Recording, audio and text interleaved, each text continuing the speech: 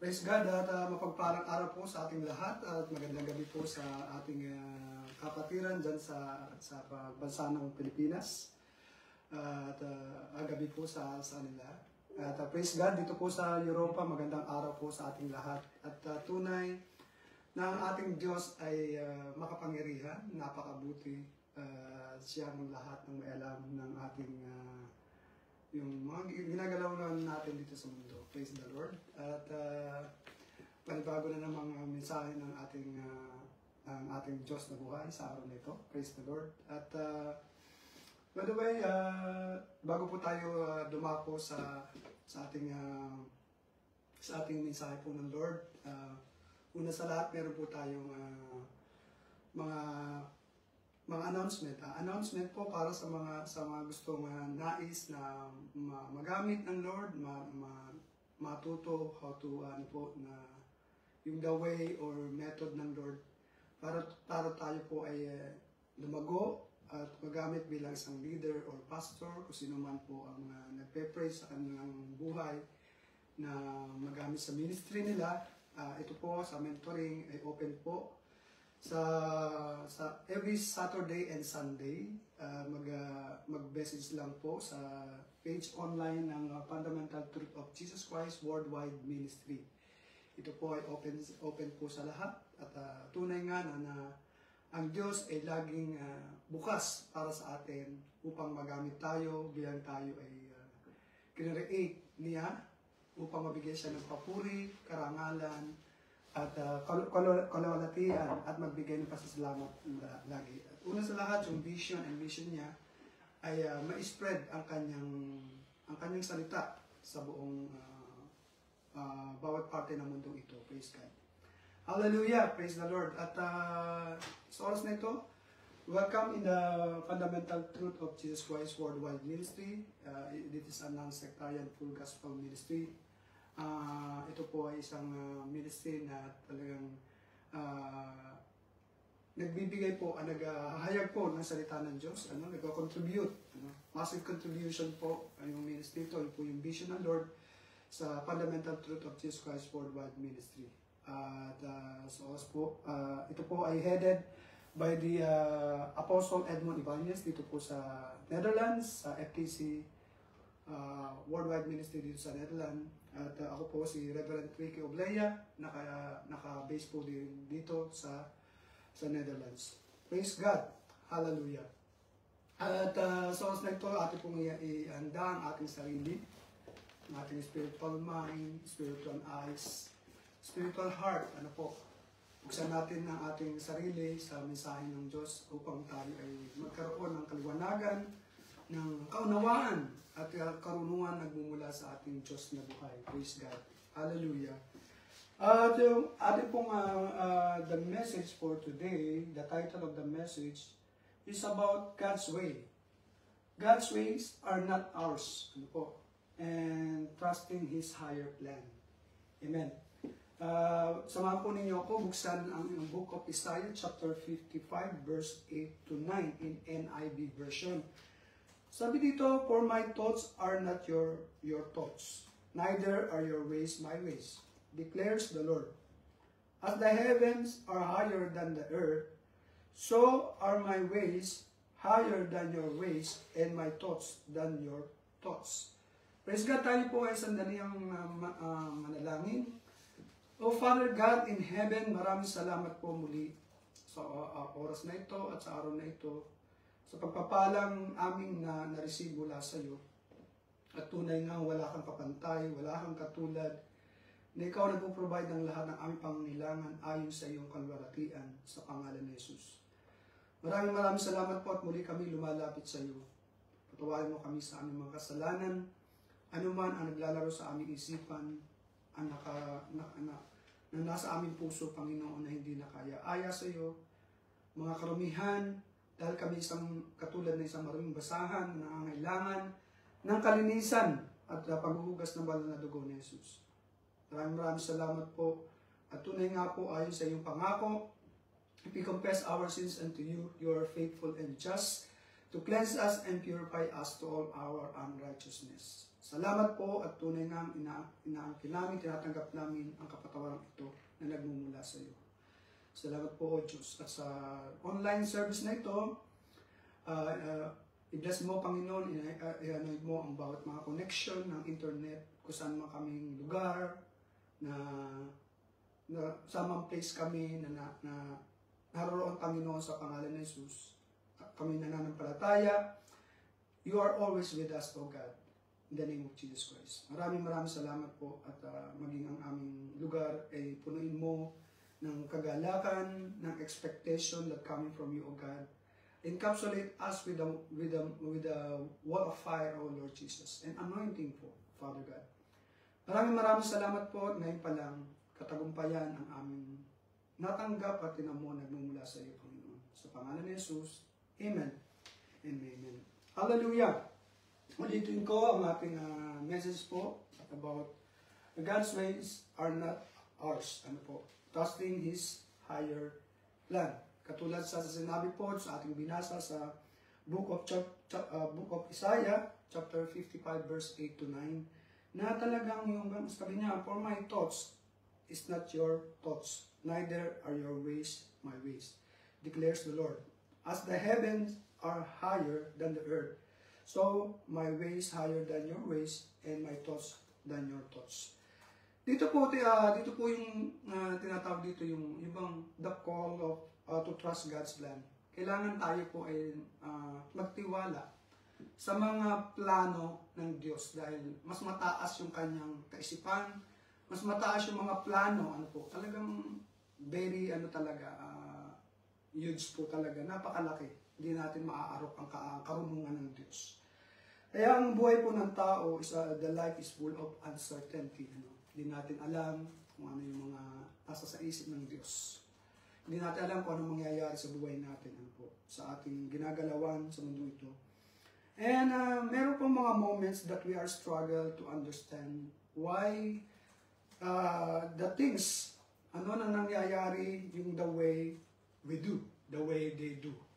Kung ano ba, pag ginawa ba natin ito, ano nangyayari? Hindi natin alam, Kaya po, meron tayong ginagawang mga plano sa buhay natin, meron tayong mga dreams sa buhay natin, and nagsiset tayo ng mga expectation, ito yung expect ko sa buhay ko, ito yung expect na plano para sa buhay ko, plano sa ministry, plano sa lahat sa ating aspeto ng ating buhay. Marami tayong mga plano, But sometimes, ang Diyos po ay nag-lead sa atin as a completely different direction. Dahil yun ang gusto niya sa buhay natin.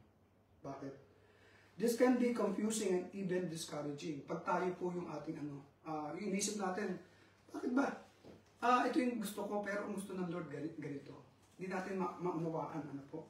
However, in Isaiah chapter 55 verse 8 to 9 po, sabi doon, nire-remind po sa atin ang fundamental truth. Yung katotohanan, ito yung plano niya para sa atin.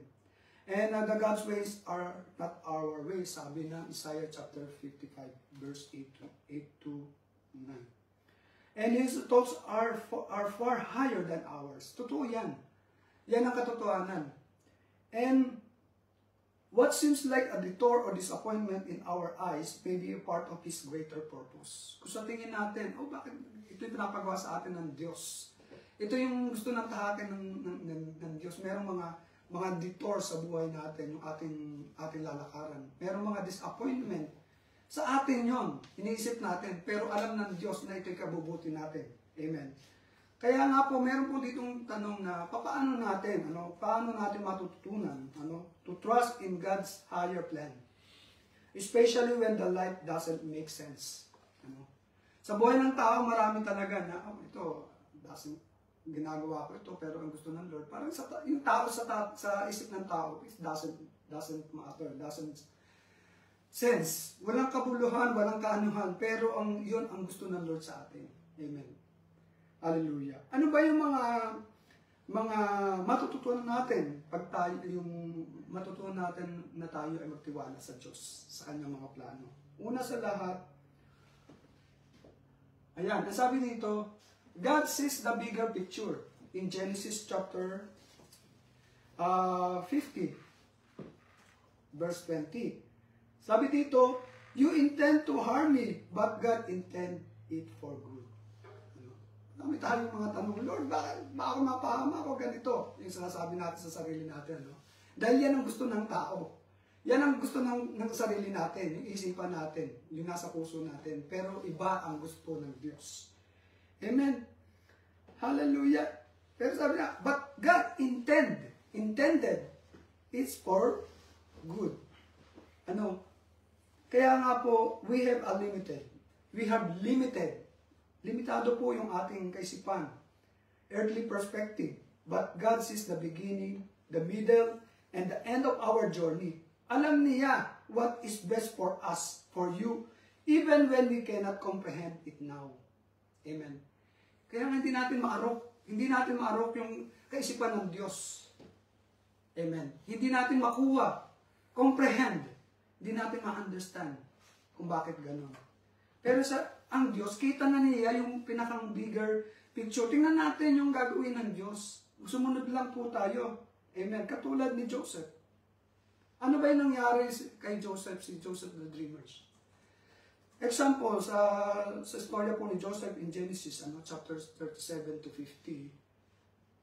To 50, Kung babasahin po natin ano yung nangyari sa buhay ni Joseph sa kanyang mga kapatid, siya po ay Joseph was sold into slavery by his brothers.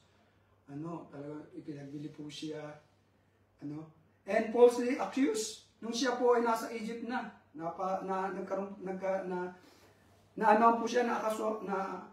he accused falsely and thrown into prison.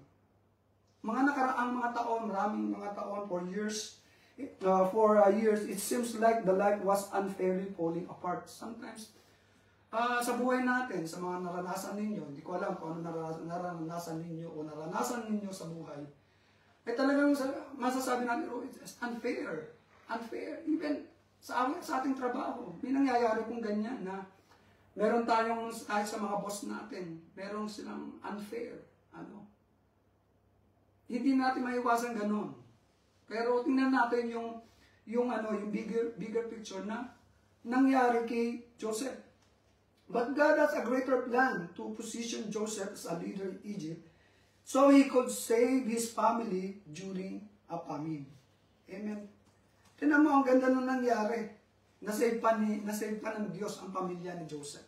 Dahil mayroong greater plan sa buhay ni Joseph. Even in us, ating buhay, meron pong mga plano na meron po tayong ginagawa o tinatahak na parang, ito ba ay para sa Lord? Ito ba ay para sa akin? Bakit ganito nangyayari sa atin? Pero tingnan natin yung encouragement po ng Lord sa story po ni Joseph, yung ginawa ng Diyos sa kanya. Pinromote siya. Dahil mayroon pong plano just to save the family. Amen. The same thing with us also. Kung ano man mga bagay na mayroon tayong sitwasyon na nararanasan ngayon, that is the plan of God.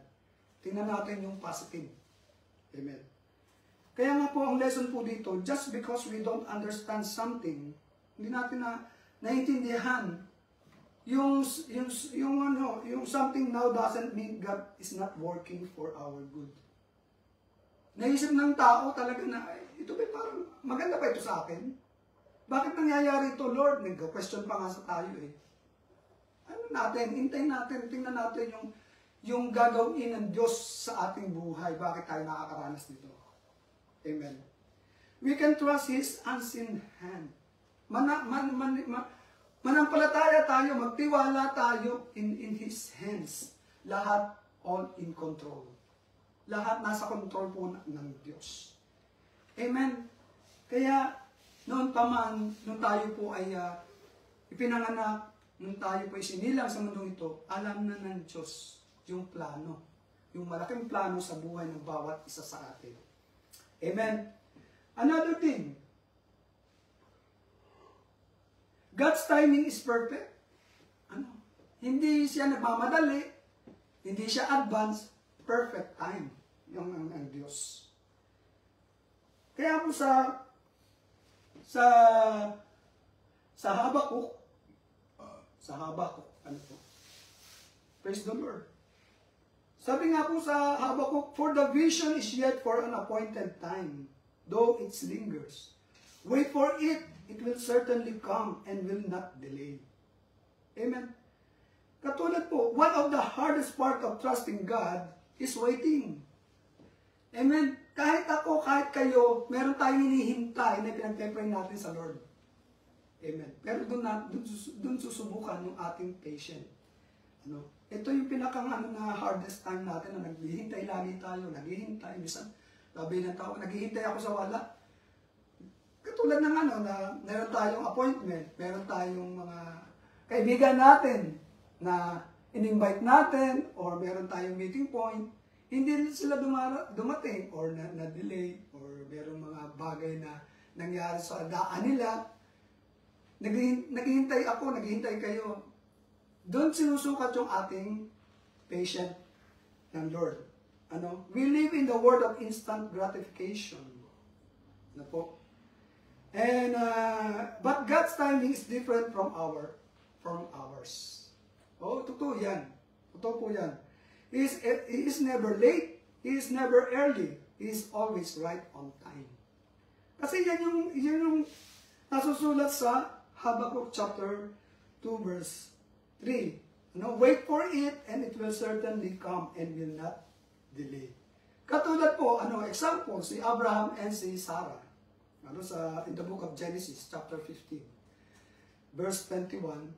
Ang Diyos po ay nag-promise kay Sarah, kay Abraham, and Sarah as a son. Magkakaroon sila ng anak.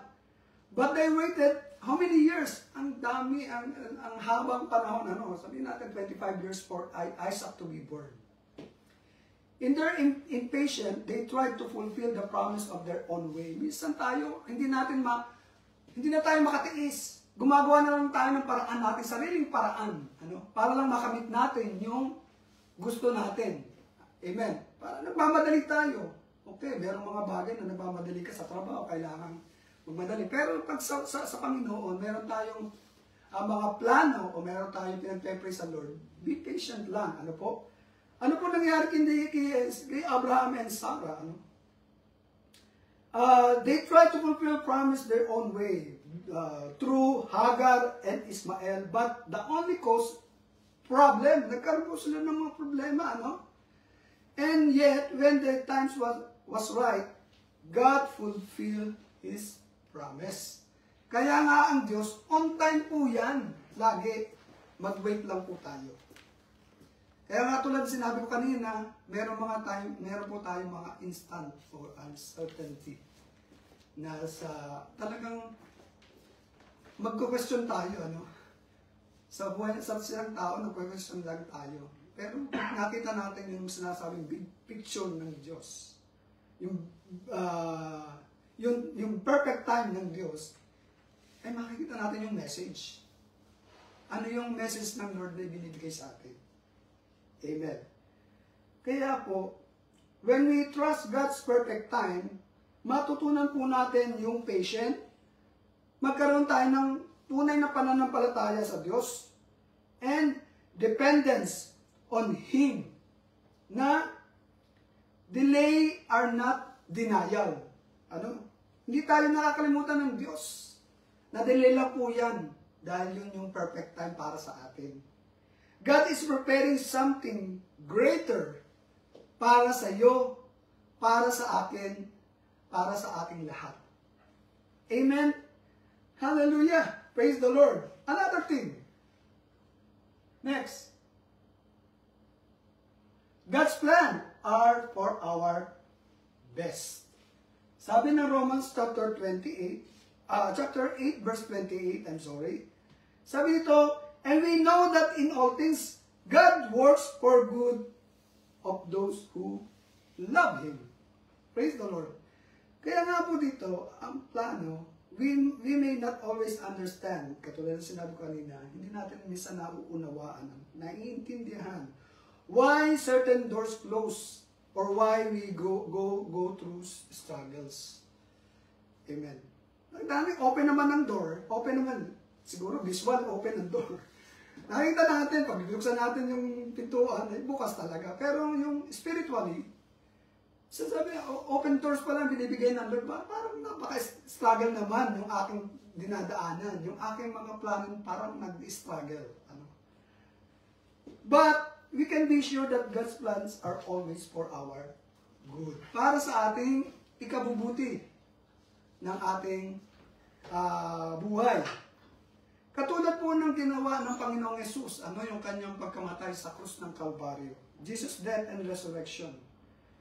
Yung po mga disciple po ng ating Panginoong Jesus, ay nakita nila ng ang Panginoong Jesus ay napako sa krus ng Kalbaryo at siya'y namatay.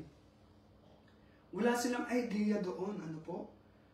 Alam mo, dahil sa haba ng panahon nakasama nila si Jesus Christ, lagi saan man sila pumunta, nakikita nila yung mga miracles, talaga yung mga blessing, ano parang, pagka isang leader ay ganun, yung bang lagi bang binibigay mo lahat, ano, binibigay mo, tinuturuan ka kung ano yung way, kung paano way yung pamumuhay, merong way na tinuturo sa iyo. Minsan nagkakaroon tayo ng, ano, yung bang pag nawala yung isang bagay na yun, nawawala na tayo, yung bang nawawalan tayo ng pag-asa. The same thing with yung namatay ang Panginoong Jesus sa krus ng Kalbaryo. Ano po? Pero ngayon, natantili siyang buhay. Pero example lang po ito that the disciples were devastated when Jesus was crucified. Ano, nawawala sila ng pag-asa? They thought everything was lost.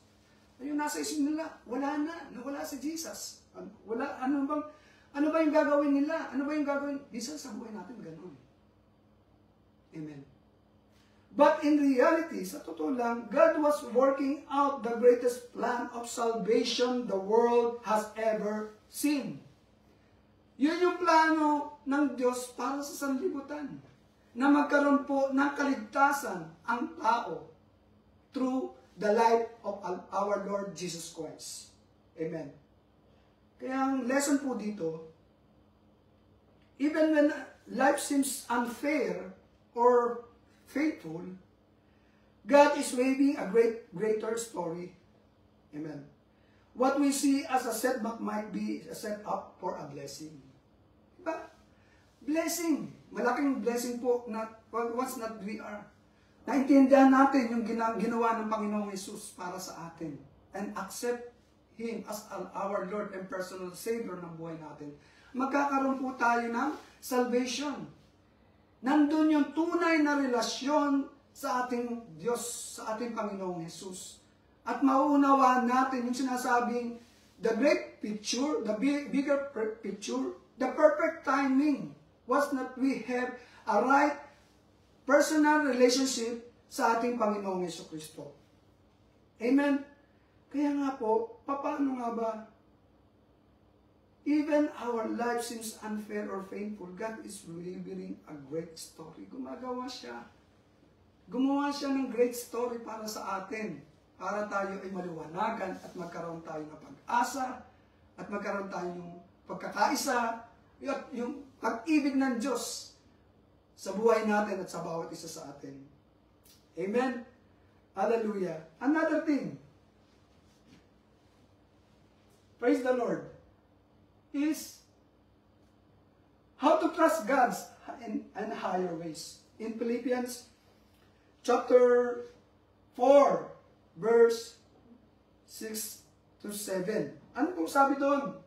Do not be anxious about anything, but everything by prayer and supplication, with thanksgiving, let your requests be made known to God. And the peace of God, which surpasses all understanding, will guard your heart and your mind in Christ Jesus. How to trust, sabi dito. How to trust God's in higher ways. Trusting in God's plans requires, katulad sinabi ko, faith. Nandun lagi yung ating pananampalataya. Once na tayo po ay mayroong pagtitiwala, hindi natin ang tiwala natin sa Diyos. Kailangan nandun yung faith. And also, surrender our life. Surrender. And paano natin itong gagawin? Here are some practical ways to grow in the trust. Unang-una, Sabi dito, pray. Prayer. Pray and seek His guidance. Instead of worrying, bring our concern to God in prayer. Yan, sabi dito sa Philippians chapter 4, verse 6 to 7. Supplication, prayer is supplication. Itaas natin sa Panginoon, ipagkatiwala natin sa Panginoon, nandun yung ating pananampalataya, yung ating pananalangin, ay sinagot na at sasagutin at sinagot na ng ating Diyos na buhay. Amen. Seeking His guidance. Instant na tayo nagwo-worry. Nagwo-worry tayo sa buhay natin. Mag-pray tayo and seek His guidance. Ask God for wisdom to understand His direction. Mag-ask tayo. Through our prayer, magsalita tayo sa Lord. Kausapin natin ang Panginoon. Lord, bigyan mo ko ng wisdom na maunawaan ko kung bakit ko naranasan to. Maunawaan ko kung bakit ito yung ways mo sa buhay. Yung kaparaanan mo para sa aking buhay. Amen. Hallelujah. Another thing, sabi ko kanina, surrender. I-surrender natin yung mga plano sa ating Diyos. Surrender our plans to God. Instead of insisting in our ways, we should submit to God's will in Proverbs chapter 3, verse 5 to 6. Do not lean to on our own understanding. Amen. Magtiwala tayo, mag-surrender natin, isubmit natin sa Kanya, magpakumbaba tayo, lumapit tayo. Lord, ito yung aking plano. Ito yung plano ko. But, your will be done. Your plan will be done in our life. You surrender. Kaya nga, sinusurrender mo, ito na sa iyo, Lord. Sa iyo na to. Susunod lang ako sa iyo. Let go and need of control and trust that God knows what is best. Sabihin natin, Lord, ito yung gusto mo, ito yung best para sa akin. Amen. Matutunan natin na tayo mag-submit sa Diyos. Mag-submit tayo, mag-pray tayo, mag-seek tayo ng guidance ng Lord para hindi tayo magkulang. Magkulang. Para hindi tayo yung bang lagi na tayo nag-murmuring, ini-insist natin dahil ito ang gusto ko. Dahil tayo tao, ito yung gusto ko, pero ang gusto ng Lord is another thing, another way, another plan for us. Amen. Submit, surrender. And under how to trust God's higher ways is to remember God's past faithfulness. Yung mga nakaraan, tingnan natin. Balikan natin yung mga nakaraan na meron ka problema, meron ka mga ganitong sitwasyon sa buhay. Kahit ako.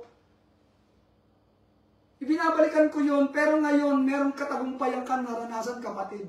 Balikan mo yun. Yun yung faithfulness ng Lord. Bakit ka nandyan ka sa sitwasyon ngayon? Bakit nandyan ka sa iyong kinalalagayan ngayon na ikaw ay promoted na, ikaw ay binless na ng Lord?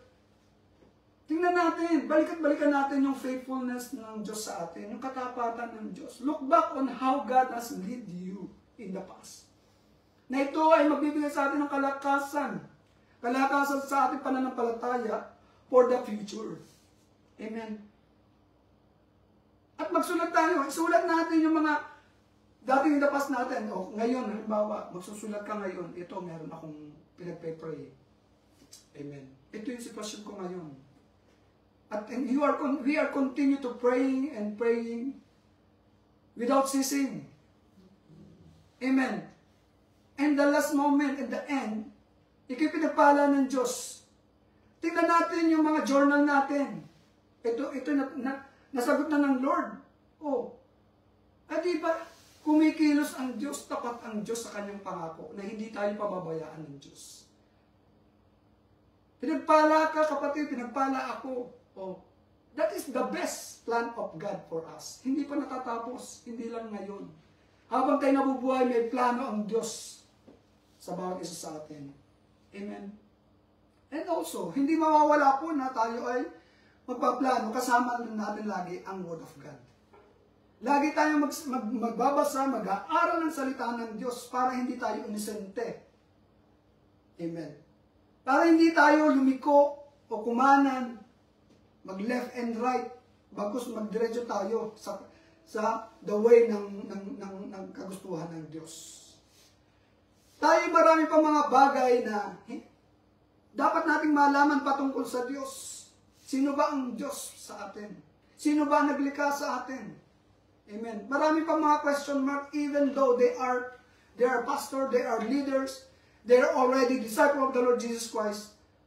Sa habang panahon, how many years? 25 years? 15 years? 10 years na naglilingkod sa Diyos pero meron pa question na hindi naiintindihan. Amen. Tayo po'y magpapamentor, tayo po'y mag-aral ng salita ng Diyos. Magsaliksik po tayo. Amen. Kaya tandaan po natin, without Him, we are nothing. Wala po tayong magmamalaki sa ating Diyos, kundi tayo ay magsumunod, mag-surrender, magpakumbaba sa harapan ng Diyos. At doon, mararanasan natin at ibibigay niya ang kaliwanagan at yung kasagutan ng ating panalangin. Amen. Hallelujah. Kaya stay in His Word. Ang Biblia kasi, nagre-remind po ito sa atin, the Bible reminds us of God's promises and His faithfulness. Ito yan. Kung laging babasahin natin to Genesis, to Revelation, marami pong mga nangyayari diyan na magre-reflect po sa ating buhay. Yung magre-reflect po, magbibigay po siya ng revelation sa ating buhay, sa ating mga panalangin habang binabasa natin ang kanyang salita ng Diyos. Amen. Nandyan ang kasagutan po sa Biblia. And when doubt comes, meditate in Scripture that strengthen our trust in Him. Lalo tayong lumalakas yung ating pagtitiwala sa Diyos. Dahil sinasagot na. Hindi lang instant, kundi gradually. Merong mga pieces by pieces, na merong sinasagot ang Diyos. Magpasalamat tayo. Instead na tayo ay mag-murmuring. Instead na tayo ay lagi nagreklamo kung bakit ganito. Mag-pray tayo. Mag-pray ka kapatid, mag-pray tayo. Praise the Lord. At nandun, ibibigay niya ang kapayapaan at pag-asa at kalakasan at lalakas ng ating pananampalataya sa ating Diyos. Amen. Imbes na tayo magwala or mag-hesitate kung ano yung gagawin mo, hindi mo na maalam. Be still. Be still. I am your God, sabi ng Diyos. Be still. Yun lang gusto ng Lord. Makinig ka sa akin. Amen. Gusto sa'yo kanina, nagwawala ka na, sabi ng Diyos. Simple lang ang gusto ng Lord. Be still, makinig ka sa akin, manalangin ka para sa akin, at bibigyan ka ng kapayapaan, pag-asa. Amen. Pag mayroong pag-ibig ng Diyos, nandun ang iyong pag-asa lagi. Ang kapayapaan. Amen. Hallelujah. Kaya nga po, in Isaiah, chapter 55, verse 8 to 9, itinuturo po sa atin ng Diyos, amen, that God's ways are beyond our understanding. Hindi natin maaarok. Hindi natin basta-basta maaarok o makukuha yung kaisipan ng Diyos. Amen. Dahil tayo ay tao, ang Diyos ay makapangyarihan sa lahat. Alam niya na ang lahat ng buong istorya ng buhay mo, buhay ko, dito sa mundo. Amen. Hallelujah, Jesus. Kaya nga po, but there are always good yung plano ng Diyos para sa atin. Amen. When we don't understand what He's doing, we can still trust in His heart. Lagi tayo magtiwala sa Kanya, sa ating Diyos, na ang Kanyang plano is the great and best plan para sa buhay natin. Amen. Praise the Lord. Hallelujah, Jesus. Kaya when we don't understand what He's doing, we can still trust in His heart. Lagi tayong magtiwala sa Kanya. Amen. Even in the difficult season, we can have a peace knowing that dahil tayo ay nasa presensya ng Diyos. Hinanap natin yung guidance ng Lord. Nagbabasa tayo ng salita ng Diyos. Nagpapaturo tayo. Nagsusurrender tayo lagi sa Kanya. Amen. God sees the bigger picture. Amen. Huwag natin kalilimutan, nakikita niya Kung ano ang kalagayan mo, kapatid, kung anong kalagayan natin sa mundong ito. Hindi tayo papabayaan. At yung kanyang timing po, His time is always perfect. Perfect. Amen? Lagi po siyang on time. Amen. Hindi siya nade-delay. Hindi siya nauna. Kundi timing. Amen. Para sa atin. And His plan is for our best. His plan is our best. Amen. Ang tanong sa bawat isa sa atin, what are of our life do we need to surrender to God today? Kapatid, itong tanong na ito ay para sa ating lahat. Ano ba yung kailangan nating surrender sa ating Diyos sa araw na ito? Ating mga buhay, yung ating pamilya, yung ating financial, yung ating yung ministry, church ministry ng Diyos. Amen? Yung ating bang workplaces, lahat. I-surrender natin sa oras na ito. Sa pananalangin po. Amen. Hallelujah, Jesus. Kailangan po natin i-surrender kung ano yung nasa puso natin. Amen. Amen. Hallelujah. Tayo po'y manalangin. Oh, we worship you. Shakaraba kayaraba bayaraba shandaraba handi. Thank you, Lord Jesus. Oh, Father God in heaven, salamat po sa inyong pag-ibig, Panginoon. Salamat po for your grace, for unending faithfulness, Lord. Salamat po, Panginoon. Kami po'y lumalapit sa iyo. Tinataas namin ang aming mga family, ang church ministry, Lord. Hallelujah, Jesus. Lord, bless our church, Lord. Bless our community with united, Lord, with peace and compassion, Panginoon. Sa church po, sa ministry, i-guide mo ang bawat isa sa amin. I-guide mo ang Panginoon ang mga papasok to every home. Hallelujah, Jesus. Panginoon, kami po ay nananalangin sa iyo. Sa iyong mga protection, sa mga blessing, sa aming pamilya. Kalakasan po, Panginoon, ng aming mga relationship with love and unity ng bawat isa sa amin in the ministry, in the family. Lord, we pray na ito ay patuloy na maranasan ng bawat isa at makita sa amin. To show, O Lord, na ikaw ang aming Diyos na pinaglilingkuran sa bawat aspeto ng aming buhay ay makita sa aming Panginoon ang Christ-likeness, Lord. In Jesus' mighty name. And we pray, O God, sa mga sakit karamdaman, sa kagalingan, Panginoon. Sila ay very sick, very, O God, faithful, Lord, sa kanyang buhay. Heal them, Lord, in Jesus' mighty name. Hallelujah, Jesus. And Lord, you are our healer. Restored everything. Everything, Lord, sa bawat isa sa amin. Sa bawat mga buhay ng bawat isa. I-heal mo, Panginoon, ang church. I-heal mo ang family namin, Lord. Magkaroon ng relasyon, tunay na relasyon sa iyo, Panginoon. Ang salvation, Lord. In Jesus' mighty name. At gayon din, Panginoon, ang aming financial. Bless. Exceedingly and abundant life. Ang bawat isa sa amin. Salamat po. At tunay nga na ikaw ay tapat na Diyos. Ngayon pa lang sa aming panalangin, nandun ang iyong kasagutan. Naranasan namin ang iyong kapayapaan. Naranasan namin ngayon ang katagumpayan at pag-ibig mo. At ang pag-asa ng lahat ng ito ay may kasagutan dahil sa iyo. Sa pangalan ni Jesus. We surrender our lives unto you, Lord. Lead us in your perfect will, Lord. Ituro mo sa amin ang dapat naming daanan, ang dapat mga plano